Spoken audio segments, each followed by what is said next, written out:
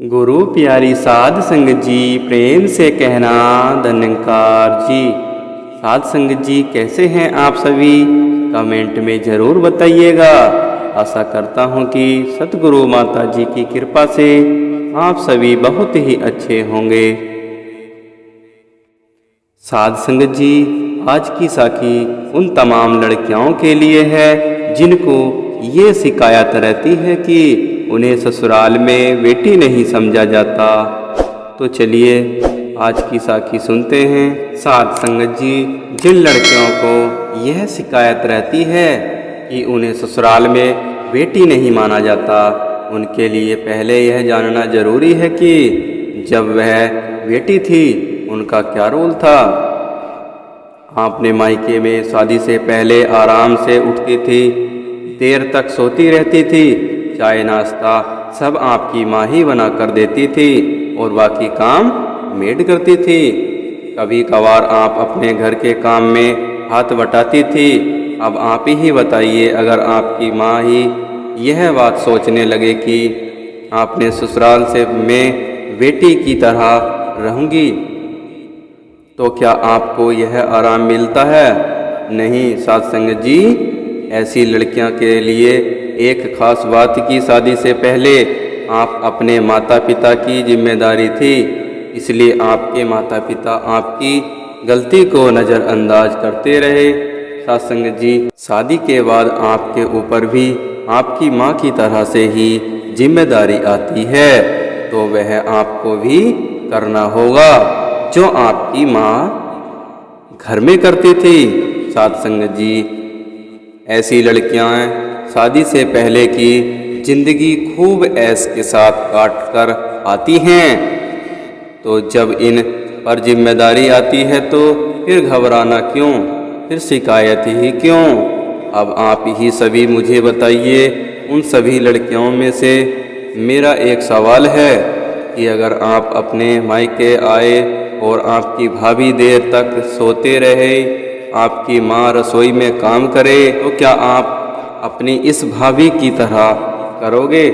कभी नहीं साध संगत जी, बल्कि आप अपनी माँ से कहेंगे कि आप क्यों नहीं सोई, भाभी को काम करने दिया करो। ऐसी कौन सी लड़की है जो अपनी भाभी से यह कहे कि भाभी खूब आराम करो, मम्मी सभी काम कर लेंगी। अब एक बात जो कहती है कि हम सिर्फ सास ससुर पति और अपने बच्चों का ही काम करेंगे, दूसरों का नहीं, मतलब ननंद और जेठ। अब आप इसका जवाब दीजिए कि आपकी भाई की शादी पहले हो गई और आपकी भाभी घर में आ गई, आपकी भाभी सभी काम खाना बनाए और आप ही का नहीं, तो क्या आप आपके माता पिता को यह बात सहन होगी? बिल्कुल नहीं साध संगत जी। इसलिए यदि जो आप चाह रही हैं वह आपकी भाभी आपके साथ करे तो आपको बुरा नहीं लगना चाहिए। साध संगत जी, आपको अपनी ननंद और उनके बच्चों का आना बुरा लगता है तो आप भी सोच लीजिए कि आपकी भाभी भी के आने से कभी खुश नहीं होगी। कभी आपने सोचा है कि आपने अपनी माँ को घर में पीहर की तरह महसूस करवाया है? अगर नहीं है तो आप कैसे उम्मीद करती हैं कि आपको महसूस हो? साध संगत जी, जो ऐसी लड़कियां के लिए एक और आपकी माँ ने कभी यह शिकायत नहीं की कि मुझे जल्दी उठना है, काम करना पड़ता है, शायद कभी नहीं। आपकी माँ तो सर दर्द होने पर भी आप लोगों के लिए खाना बनाती थी। हर जगह का अपना महत्व है, इसलिए दोनों को महत्व दीजिए। और जो लड़कियां समझती हैं कि वह तारीफ के काबिल वही घर परिवार और समझो की परिभाषा को समझती हैं। इसलिए साध संगत जी, जब एक लड़की की शादी होती है तो उस पर कुछ जिम्मेदारी आती हैं, तो साध संगत जी उस लड़की उस ससुराल में अपनी जिम्मेदारियां निभानी ही चाहिए। और हमें पता है कि कुछ बेटियों को हमारी बात का बुरा जरूर लगेगा, पर यही सच है कि जिन बेटियों से घर का काम नहीं होता उनको कहीं पर भी जीवन में उचित सम्मान और उचित स्थान नहीं मिलता। सासंग जी, एक वकील साहब ने अपने बेटे का रिश्ता तय किया। सासंग जी, वकील साहब अपने होने वाले समधी के घर गए तो उन्होंने देखा कि उनकी होने वाली समधन खाना बना रही थी। सभी बच्चे और उनकी होने वाली बहू टीवी देख रही थी। और सत्संग जी, वकील साहब ने चाय पी और कुशल से वापसी घर पर आ गए। सत्संग जी, ऐसे ही एक बार 1 महीने के बाद वकील साहब दोबारा अपने समधी के घर में गए। तब उन्होंने देखा कि उनकी होने वाली समधन जी झाड़ू लगा रही थी, बच्चे पढ़ रहे थे और उनकी होने वाली बहू सो रही थी। वकील साहब ने अपने समधियों के साथ घर खाना खाया और अपने घर चले आए। कुछ दिनों के बाद वकील साहब फिर किसी काम से अपने होने वाले समधी जी के घर गए। सत्संग जी, घर जाकर उन्होंने देखा कि उनकी होने वाली समधन बर्तन साफ कर रही थी, बच्चे टीवी देख रहे थे और उनकी होने वाली बहू खुद के हाथों में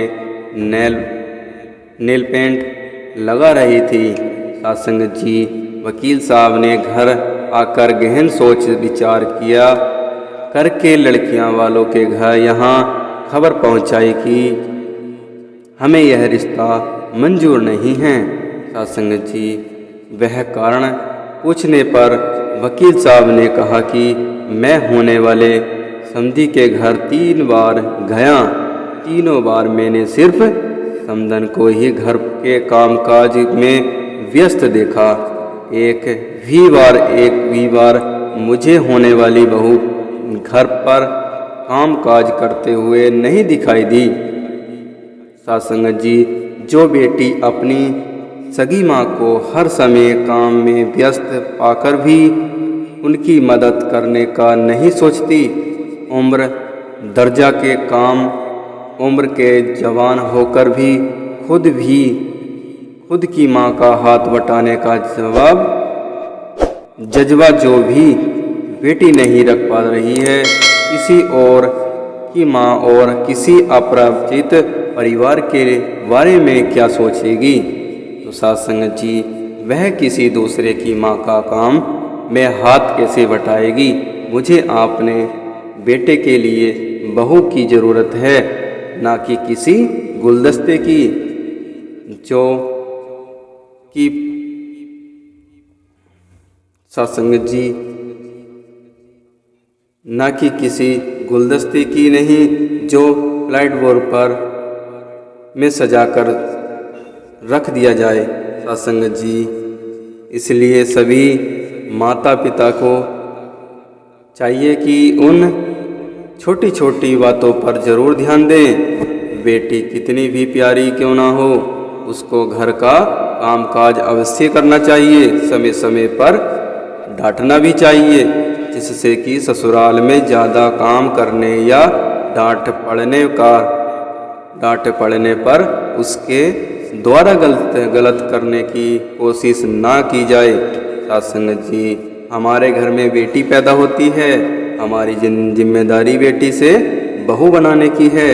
अगर हमने अपनी जिम्मेदारी ठीक से नहीं निभाई, बेटी में बहू के संस्कार नहीं डाले, तो इसकी सज़ा बेटी को ही मिलती है और माँ बाप को भी मिलती है। उन्हें ज़िंदगी भर गलतियाँ पड़ती हैं, ज़िंदगी भर गालियाँ पड़ती हैं।